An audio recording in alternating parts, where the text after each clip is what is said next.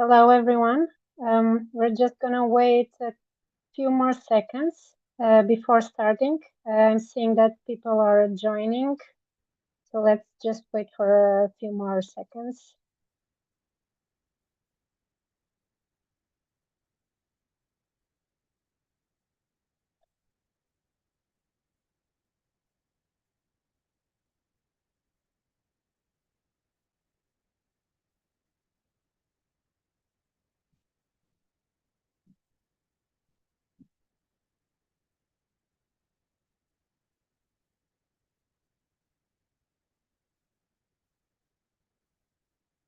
Okay, then I think we can start. So, hello, everyone. Welcome to today's Blue Mission Atlantic and Arctic Weekly Hour. My name is Ana Faria. I'm a member of the Blue Mission Atlantic and Arctic Project at the Air Center. And I'm very honored to welcome you to this special session, Our Emotional Connection with the Ocean, Women from the Sea.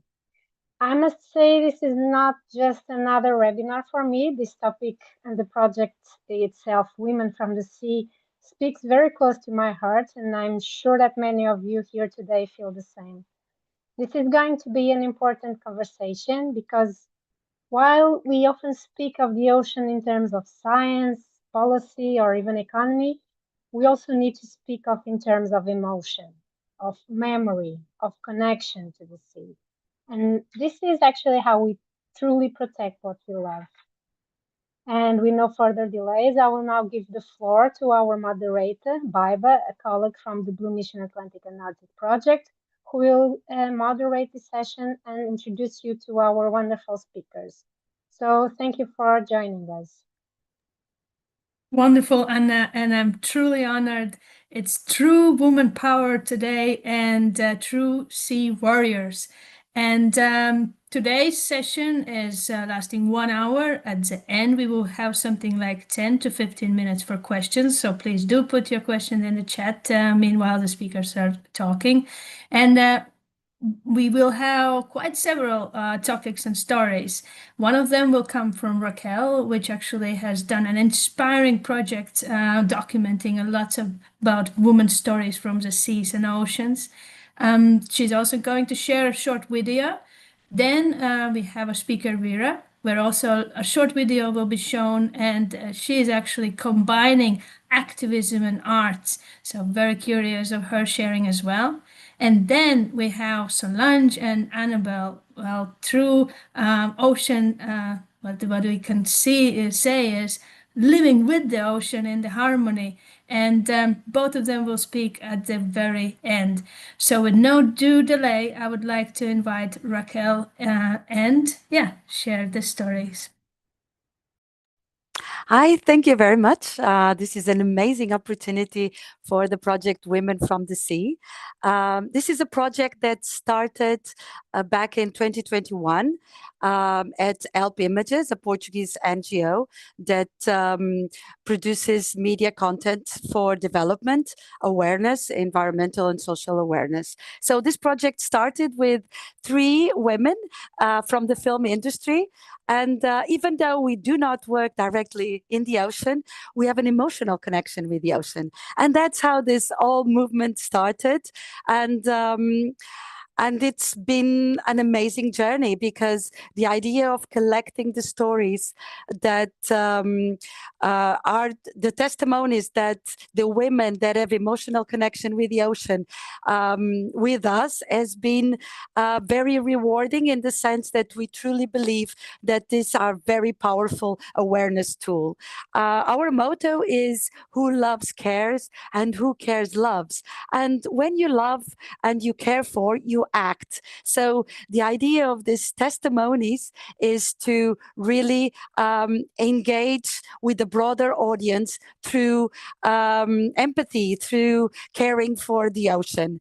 And how do we do this? We we interview women, we invite them to talk about their emotional connection. We have decided that we wanted to start in the Azores, in the middle of the Atlantic. So in the past 2 years, we have been filming and collecting the testimonies of over 70 women in all 9 islands. And we will premiere the film next week. Also, we have been to Ireland to also film amazing women with emotional connection with the ocean. So what are we going to do with all of this content? We want to show it, and we want to leave a legacy for future generations. And to do that, we not only want to produce more documentaries, but we want to develop a digital hub, a destination that will hold all the information about these women, what they are doing, and also their testimonies. We hope it will be a legacy for our generation and for future generations to really engage with the ocean. We will be filming near you. So if you are a woman from the sea, if you have an emotional connection with the ocean, regardless your age and what is your professional background, join us. You are very, very welcome. And we appreciate all your stories and all your testimonies. And now to give you a sneak preview of our film that will premiere on the 7th of July in Fayal Island in the middle of the Atlantic, you can watch our trailer. Thank you.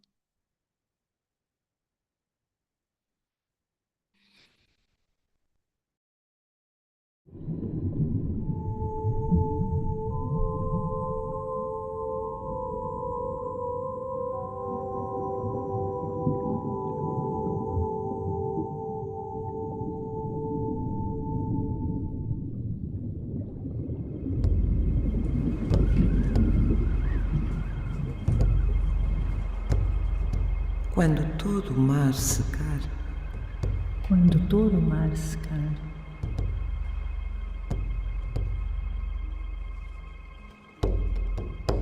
quando todo o mar secar, quando todo o mar secar, hei de enchê-lo de lágrimas de saudades de casa. Eu, apesar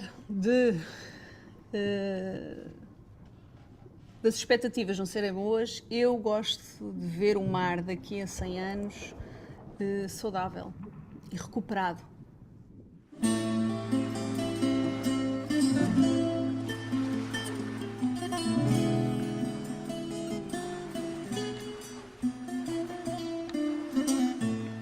O papel das mulheres do mar neste força para agarrar o último suspiro, eu acho que é mostrar a sua garra, é de repente criar uma tempestade para conseguir arrasar com uma série de coisas que estão erradas e depois da tempestade esperar que venha a bonança. Agora, como é que vamos fazer isso? Eu acredito nesta força coletiva como uma onda gigante que consegue arrasar aquilo que tem que arrasar.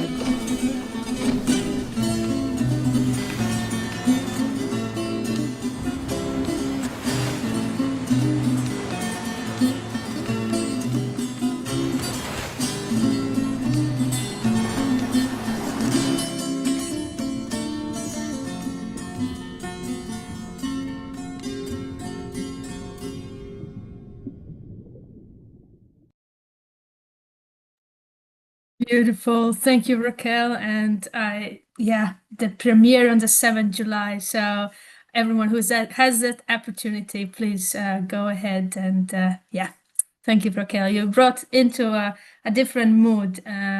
So I will try to stay on track. And so the next speaker is Vera. So very warm welcome. And the floor is yours. Hi, my name is Vera Sachse, and I'm a Berlin-born film director and producer, and also photographer.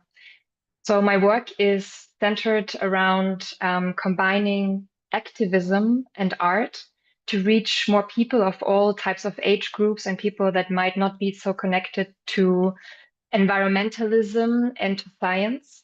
And I work close with galleries and museums to bring these topics close to people. And in the photography world, I've been working with tourism boards, for example, the Argentinian tourism board, photographing the Perito Moreno glaciers. So yeah, all these types of things is always connected to nature. And I recently exhibited my photography, my documentary photography of fishers and farmers in Vietnam with Sea Shepherd in Portugal. And recently, and that's why I'm here today, I directed a short film for TEDx that was premiering on the 1st of March here in Lisbon. And this film was produced in Madeira and in Lisbon, and also talks about the environmental destruction caused by human activity. But it also touches on the topic of how, with AI, the race of AI and technology, how we're isolating ourselves more and more.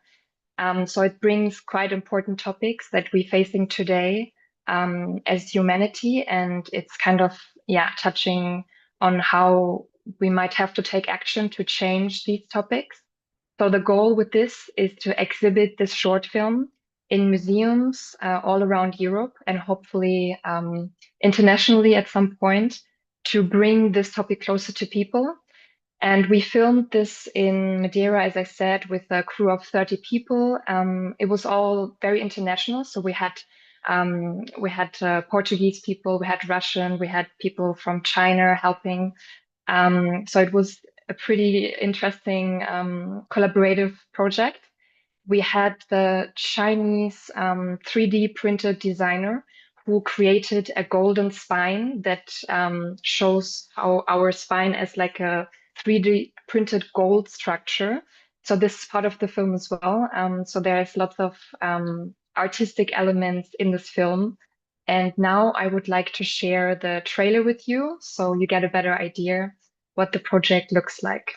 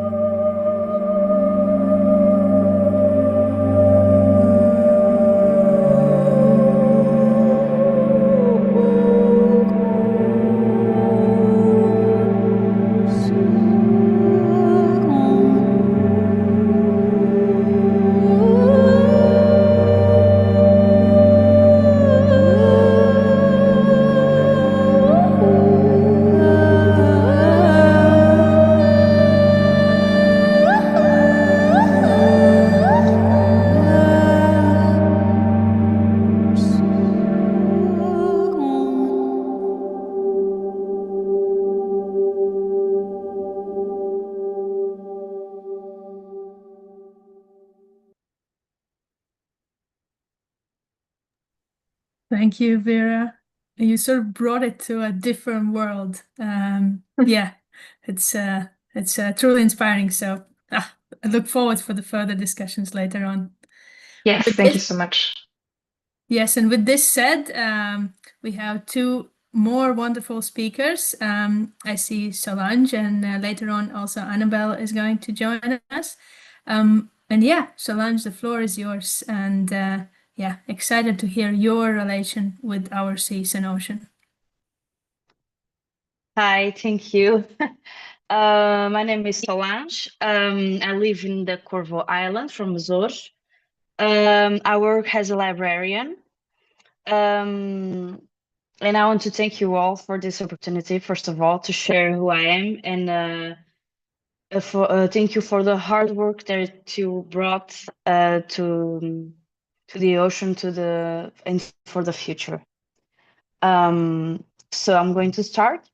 So my connection with the sea comes from my ancestors. My great-grandfather, grandfather, and other relatives who were whalers and fishermen. I developed a taste for it when I started being able to go fishing and help with seamanship.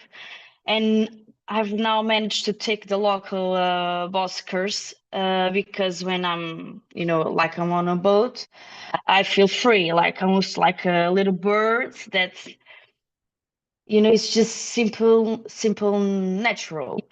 And if the world weights me down, I run to the sea, and it welcomes without judgment, always with respect and love.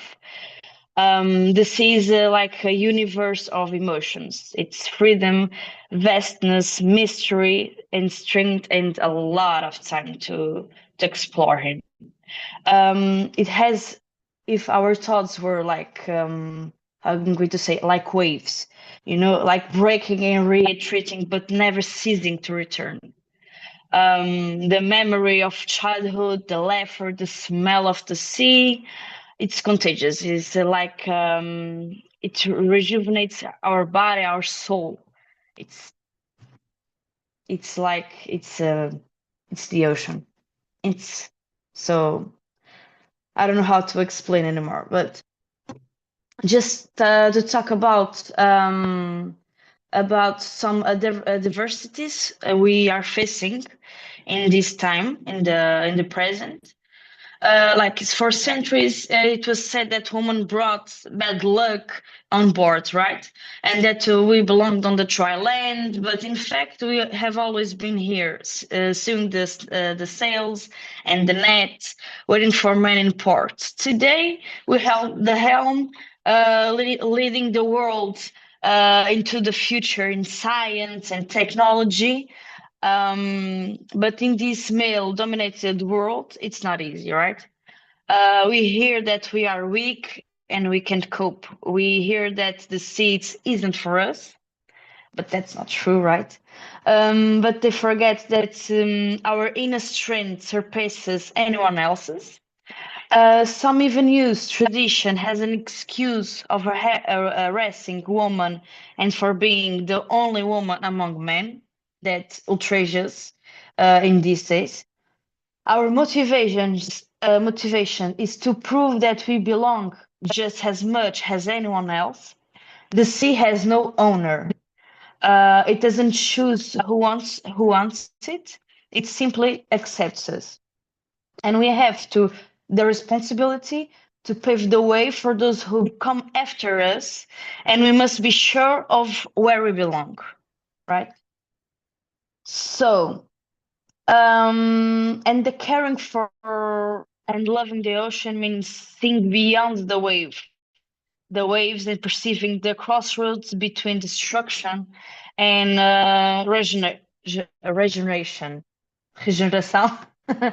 This care, it's urgent, as you know, and must become the culture of the sea. We have to make a culture that it's only to become the sea. It's like agriculture. We have the culture of agriculture, and we need to have the culture for the sea. I don't know if I'm going explaining as well as I want to. We must protect, intervene, and reverse these things.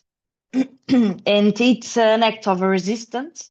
We are living through the collapse of predatory fishing, dead zones, and plastic in the valleys of sea and land animals. We must literally row against a system that has been exploited for decades. The ocean, it is what regulates our climate, stores carbon, feeds billions of people, and we have to take care of it to take care of ourselves. In the heart of the citizen, we have here in Kosovo, we have coastal cleanups that take place on the first Sunday of every month, and environmental education sessions that occur several times, maybe 2-3 times per month, so kind of. And through these small gestures, we aim to reach each person and show them that action brings results. Okay. This would be the pact between generations. As we have discussed, we must teach children and encourage them to take action so they can understand the future depends on our actions. If we decide to protect the environment and the environment now, there will be the future for our generations, for our children, right? And the ocean should be valued not only as a resource, but also as a living ecosystem. A culture of reference is also crucial. A healthy future for the sea will only be possible if we stop treating as a dumping or grounding of a profit zone and start thinking and acting as if were our source of life, because it is. The sea, the sea, it's crying for help. It's. I hope that tomorrow we will respond with a commitment that lasts a lifetime. And everyone needs to know that without the sea and marine life and without proper care, there is no future. There is no persons. There will end the animals as everything. Just to conclude my presentation, I would like to share the news published on June 13 by the Regional Secretary for the Sea and Fisheries. The new marine litter bioindicator, the shearwater in the Azores. Okay, on June 30, the Azores approved the new marine litter bioindicator, in which is the shearwater, Calonectris borealis, cagarro, I think everyone knows or will know, plays a central role. The measure was formalized in the Convention for the Protection of the Marine Environmental of the Northeast Atlantic, making up for the absence of the Arctic fulmar in the Northeast Atlantic. And why the shearwater? Because 19% of juveniles ingest plastic before leaving the nest. The birds collected in the SOS Cagarro, which I'm part of it since 2015. It has is a program that provides the consistent of this data. Okay, the plastic ingestion reflects pollution in the North Atlantic subtropical gear, the main route for Azorean juveniles. What does the indicator measure? The quantity and composition of plastic ingested and environmental threshold has been set. A maximum of 20% of juveniles should have more than 4 plastic particles based on a minimal sample of 200 birds analyzed annually over 5 consecutive years. This is an internationally validated scientific instrument. It's part of the Northeast Atlantic Environmental Strategy 2030. And this indicator reinforces the Azores commitment to combating marine pollution and positions the region as a benchmark in ecologic monitoring. And that's it. And thank you for listening to me. Thank you, Solange, so much, and also for reminding us about the existing pollution situation in our oceans and seas. So yeah, that's thank you for these reminders as well as for the news section you were bringing in. I'm just checking about Annabelle and Raquel. Go ahead. I'm really sorry to say, but Annabelle's internet connection is not working, so we will not be able to have Annabelle today with us. She sends us a very, very warm embrace, and she wished to be with us. She's seashell collector up north from Aveiro. She has an amazing story, a very powerful woman, very much engaged with the ocean, emotionally and professionally. Unfortunately, she won't be able to join us. Thank you, Raquel. And there will still be many opportunities for sure to talk with Annabelle and also bring her story. but this just also reminds us of how much we are spread apart and what it means to be next to the coast and ocean, that it is not necessarily always there connected on internet or so. So yeah, it's a good reminder. I thank you all the speakers, and there's lots of questions buzzing in my mind, and I also would kindly remind the audience to put the questions in. I also know that Anna, the colleague from Blue Mission AA, has a question, but I would like to start with sort of a general question for all three of you, which is about, and this is a broad question, but what ocean has taught to you while being at the ocean, what the sea or the ocean has sort of brought you, what you have learned. I think Solange brought many examples what it has taught to her and while she been at the ocean and working there. But I first then approach you, Raquel. When you think about this question, would you like to comment? Well, the ocean has been part of my life ever since I remember, and what it has taught me, so many things, but it has really shaped my values. And the more I think about it, the more I connect with the ocean and the women and the people that I meet along the way that are emotionally connected with the ocean. I believe we have the same values, the value of resilience, the value of respect, and also communication, because the ocean sometimes is not thought of as a means of communication. We travel through the ocean. We have engaged other cultures, and by engaging other cultures, we bring our knowledge, but we also gain so much by communicating with each other. And I hope that by creating all these links, we can really preserve what is ours, and it's so universal. It covers our planet, and it's part of ourselves. Also, it had taught me to really lessons about respect, because the ocean can be so wild, so fearless, and at the same time, we just need to learn how to embrace it, how to go in, or just to watch it and learn with the waves, learn with the tides, learn with its biodiversity.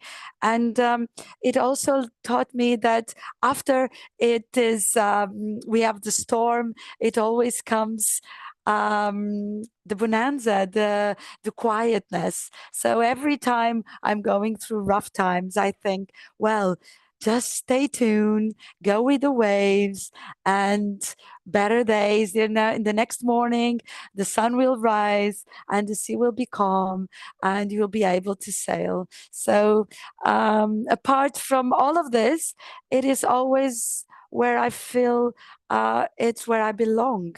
So it taught me that I have a home. Wherever I go, I have a home, even if I go into the ocean somewhere far from the Atlantic, which is my part of the ocean. It's always water. It's always a place where I can rest my soul. Thank you, Raquel. That was a good reminder about these waves and changes, and the learning from the ocean. You mentioned word the communication, and so I turned to Vera because actually it is an edit to the previous question on what arts and this connection with arts can actually do. So if you could comment from your experience, Vera. Yes, so for me, in the first place, it's definitely a source of inspiration for art, like for all my work. I feel like most of the artists get their inspirations from nature, but especially for the ocean, it's kind of this feeling after a long day of work and being stressed, you just go and walk by the beach, and it's kind of like a meditative state you get into, and maybe some problems that you were facing during the day or a certain task you want to resolve. In the moment, you don't try to think about it and you just let go and you walk and feel this meditative state. The answers mostly come to you. So I really enjoy these long evening walks with my dog by the ocean and getting answers kind of from the ocean. I don't know how it happens, but it's just this process. And also this quiet and calm space, what Raquel was also talking about. Especially I'm also doing free diving, so being under the water, like in the water, and there's no sound, and it's just like this beautiful bubble space you're in. And yeah, for me, it brings peace and quiet and calm, and also a sort of inspiration.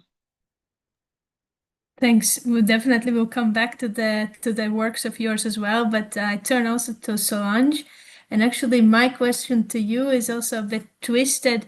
If you remember the first memory when you, as a fisherwoman, went to the sea, and there is sort of an experience and a memory which is like, yes, this is my life. I'm a fisherwoman. So I'm just wondering if you remember if there is a story like that.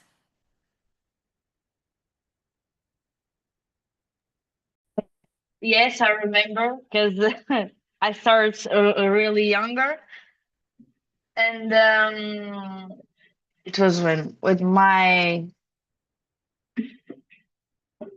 uh, godfather, with my godfather. Okay, I was trying to remember how to say. He had a lot of boats, and I was going all the all the times with him, and he was just catching fish and eating, and I don't know. I just do the things, and driving to Flores and pull the boats. I don't know. It's just myself. It's just I don't know. I just hold the helm and just go. You know, like freedom is like I said. It's and I don't know why, but it gives me energy. When I came back to Earth, to land, not Earth, no. Uh, I say, okay, again, again here. Okay, and that's why I try to go every day. Today I'm going to in like it's 3 o'clock. I'm going to go for Flores, and we go around Flores on boat. It's tourism, but it also has other story behind because we are going to. I hope we are going to see some creatures. There, the favorite of mine is the turtle. I don't like to swim above the water because that's not okay. But if I see one, the first thing we do is to clean them up, and then they go on their way to the bottom of the ocean to eat something. And that's it's one thing that make my day. It's help some creature to continue his life. Oh, I wish I could join you, but I would join at my sea nearby at some at early moments when possible. So thanks, Solange, for bringing that in. I see two questions, and then also Anna has a question. The first question actually from audience, and I assume also this is to Raquel and Vera, in terms of engaging with female perspectives. So I'm going to read through the question. Do you encounter direct or indirect resistance when trying to include female perspectives in traditional spaces with the maritime sector? And how do you deal with this type of resistance? So, Raquel, would that be something you would like to answer? And also, Vera, from your experience as well. Well, no, really, I don't. Nowadays, I think that even though we still are underrepresented as women and the maritime sector, I don't feel that resistance. I approach them, whoever it is, women or men, with a very emotional perspective, and everyone has one. So I cannot talk to them about science or industry regarding the maritime sector. So I talk about emotions, and a lot of men have also shared their experience with me. It's not the purpose of my project right now, but they're also very eager to listen to what the women have to say, and to tell you that this is something that I've encountered in the last 3 years. When I first went to the Azores in 22, I had a meeting with a high representative of the government of Azores, a man, and I presented the project. And the first thing he told me was that I want to support you because this is something I've already done. I've already interviewed some women, but I've not recorded it. I'm very sorry I didn't record it because they shared amazing information on science, on heritage, on tradition. And thank you for coming to us, and we will support you because this is very important to collect this information. So I've been very fortunate. I have to thank everyone that I have found along my way and that has supported the project. Thanks, Raquel. Yeah, I'm also turning now to Vera, if there is also reflection in terms of, the collections of sort of documenting different stories in your works as well, if that's also a resonance with this question, if you'd like to comment. Yes, so I'm half in this answer of if there is some resistance as a woman in this field, because in my working in environmentalism, I have not experienced the resistance. In the film industry in general, there's always a welcome and open space for that, and people are willing to engage and collaborate and work together. But I can just bring in like another perspective from more like the commercial film industry, just quickly, because yes, I like feel this resistance there, and as a film director, especially sometimes, especially maybe with people that want to compete in this industry, in the commercial sector, in TV commercials, all of these type of things, there is some sort of, you need to work a bit harder or like present yourself in a certain way as a woman because it's a male dominated field, especially for directors and cinematographers. So I get that sometimes, but I wouldn't say it's influencing my life to a point where I feel hopeless, or it's just a few influences that come from like some time ago when it was completely male dominated, and now it's kind of starting to change, but I wouldn't say it's stopping women in total. It's just a bit more difficult to get in because the people that are in charge and in power in these industries are men, so they're most likely to work with their friends and kind of invite other male figures into this industry. So it's kind of this natural rhythm. I don't know how I would describe it, but there is some sort of change happening already. Thanks for this reflection. And I also have in the Q&A section another question, and this goes mostly to Raquel at the moment in terms of the young generation. You did mention the legacy, that actually your film is a legacy for us currently and for later on. But I will read down the question. How do you plan to raise awareness in the young generations? And will they have a role in this mission too? Raquel, if you could reflect on this, and also I think it's relevant for Vera as well in terms of your future works and especially the ones you documented, the fishers and farmers. So back to you, Raquel, if you could comment on the younger generation part. Well, from the start, it was always open to everyone to join. Everyone that identifies he or she with a woman, everyone can be part of this project. And we had really from the beginning, young women, little girls saying that they were little women from the sea.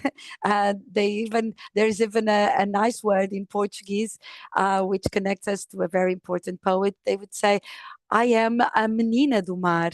I'm a little girl from the sea, and I sense that they were the best speakers for the ocean and to connect with young girls and young boys like themselves. And also we also hear the voices of teenagers and how these young women are engaging with the ocean, maybe through marine sports, their activism. There's also Blue School in in most of our schools in Portugal that is doing an amazing work, and this brings in a lot of awareness.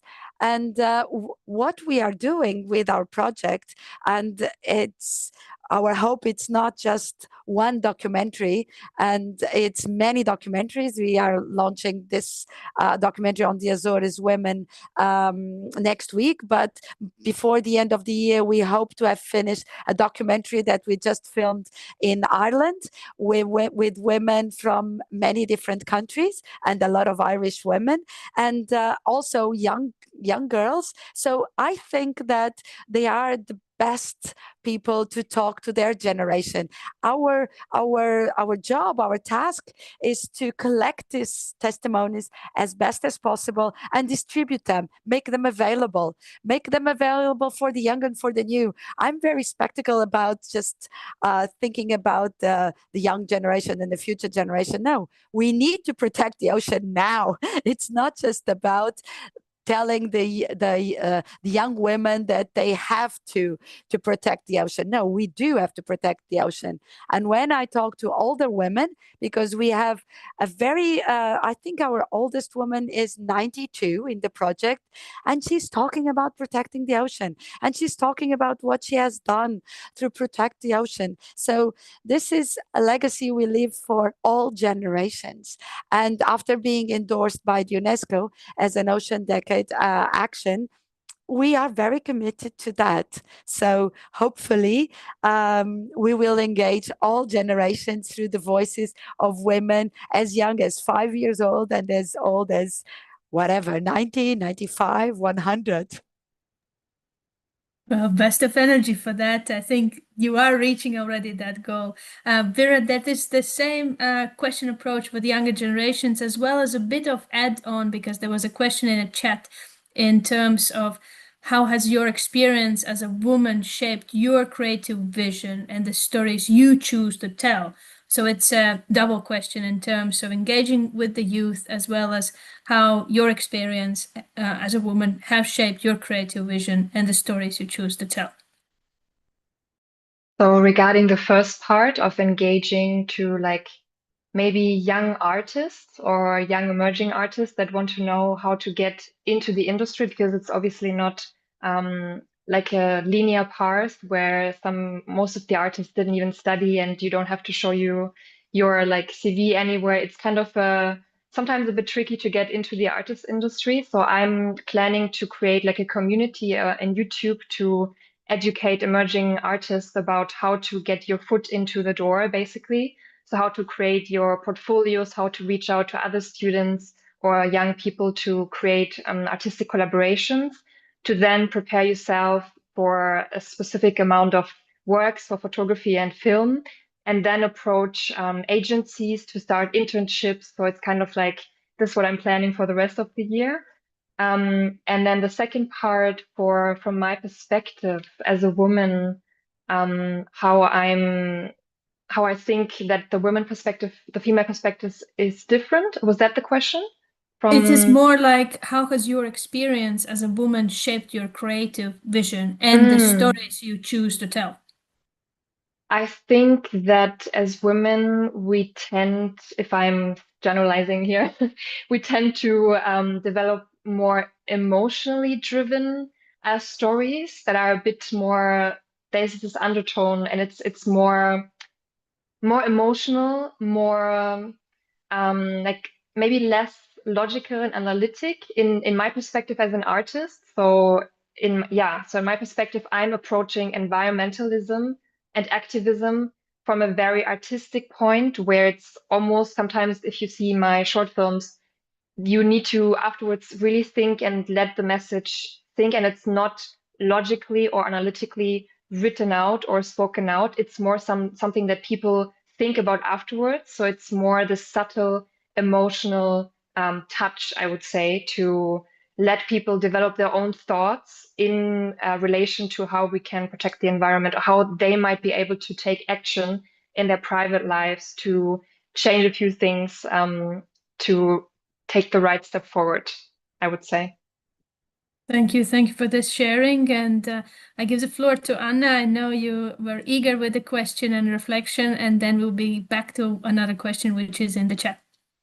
Okay, thank you, Baiba, and thank you everyone for your interventions. I do have a question for Solange and another for Raquel, but Baiba, please let me know if I only have time for one. I'll start with the Solange.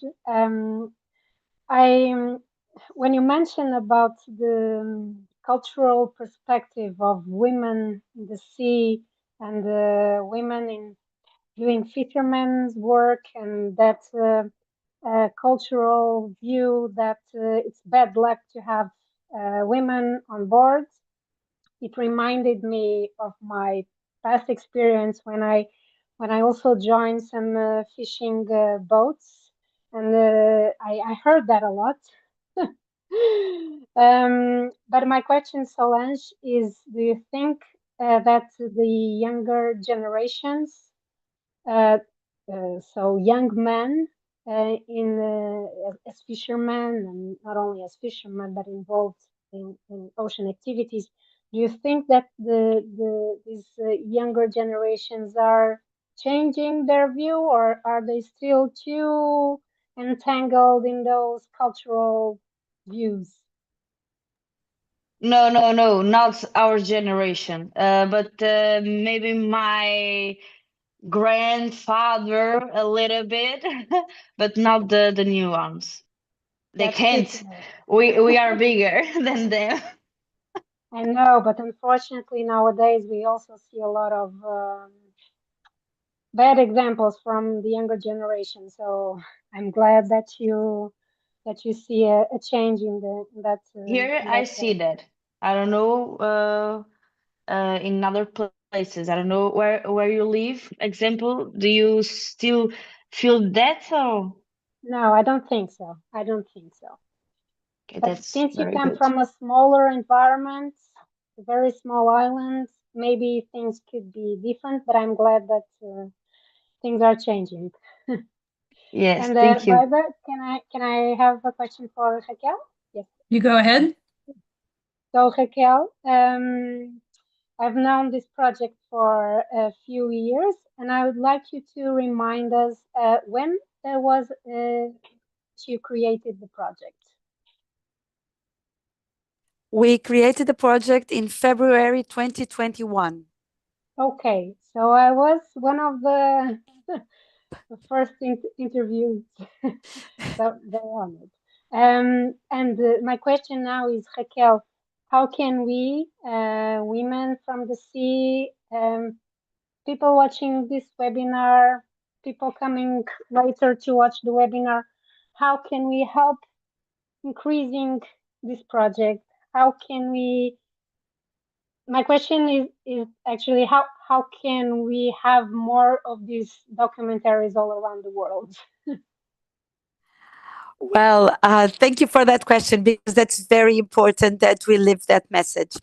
Everyone that identifies itself as a woman can join the project as long as they acknowledge an emotional connection with the ocean. That is the first question we ask, and this has always been word of mouth.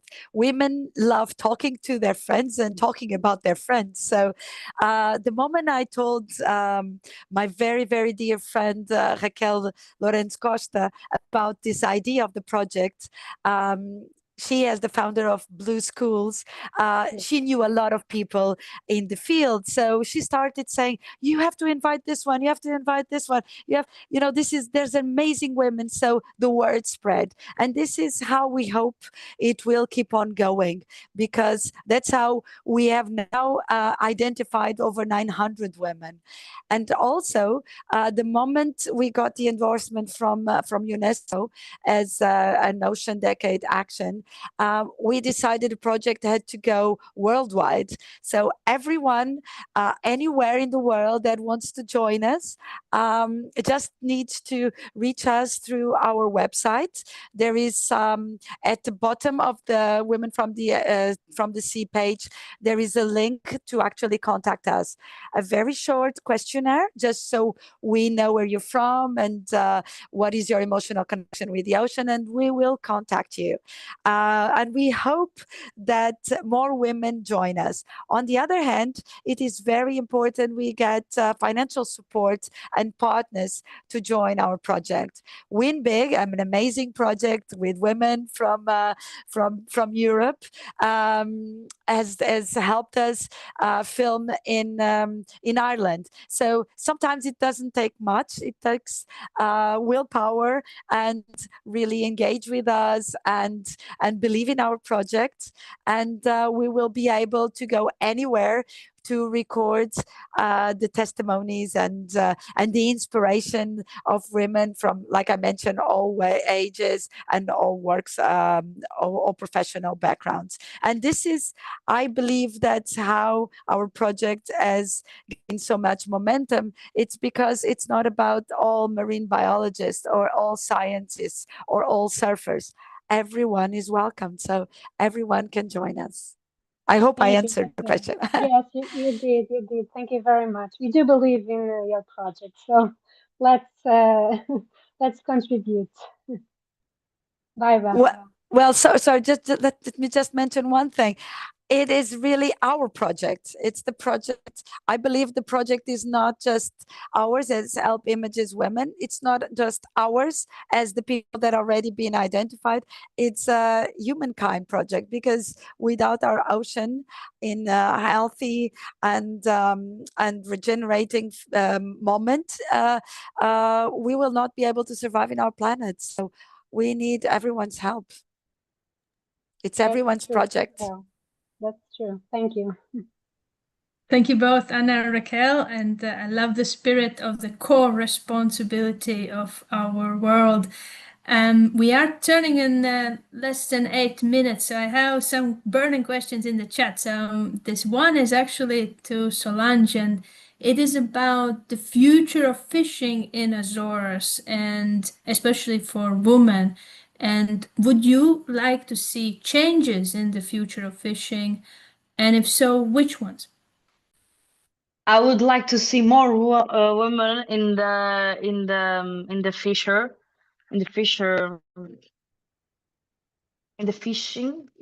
because we see it's a lot of like grannies, not young people to go. It's hard to see because it's ending, and the Azores, we have to the government. They are trying to put the agriculture and the aquaculture again in movement, but the young people, they don't want to, and I don't want to take that, but someday we will not have enough people to fish, to survive, just for the instead of buying things, only buying, just to make our things, to go to the land and to fish, and I think it's ending. It's hard to see. They don't want anything. We give everything. We give money. We government. We give money. We give scholarships. We give everything, but they just don't want to. They want the easy life nowadays, and that's hard to see. Thank you, Solange. Easy life. That is, well, yeah.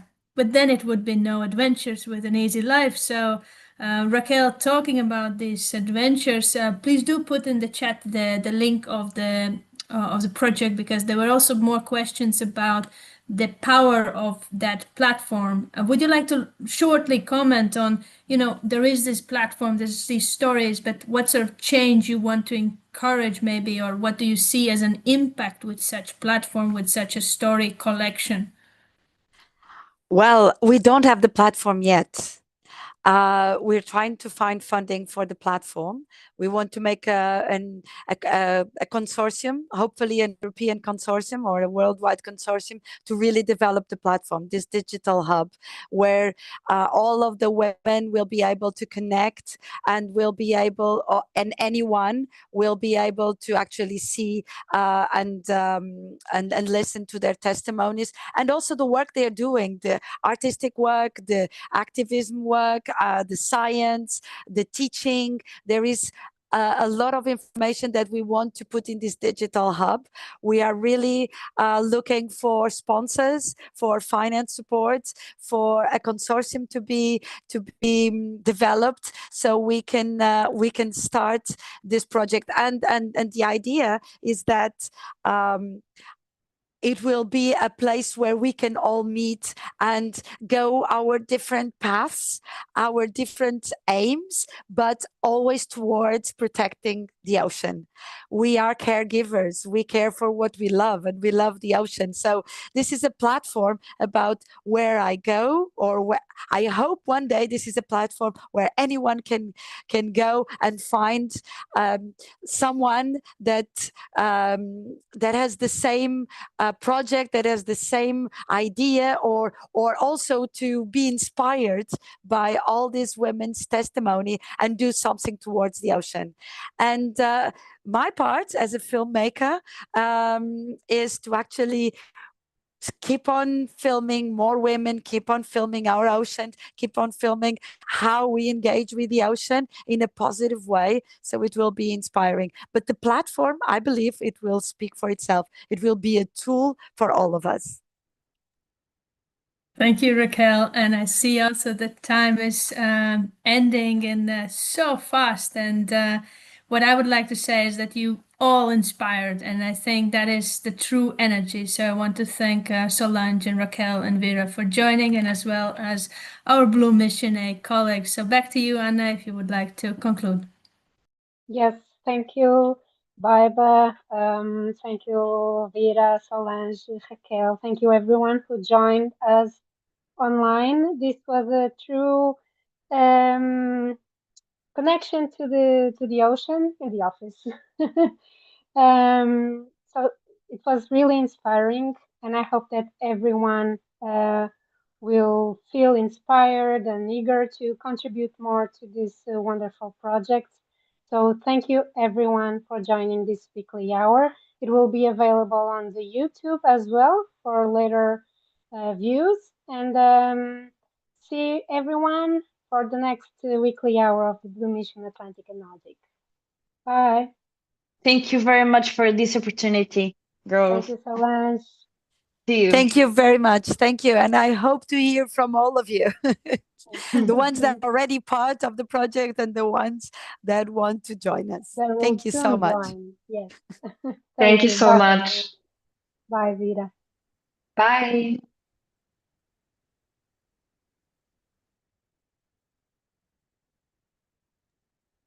Thank you. We leave now.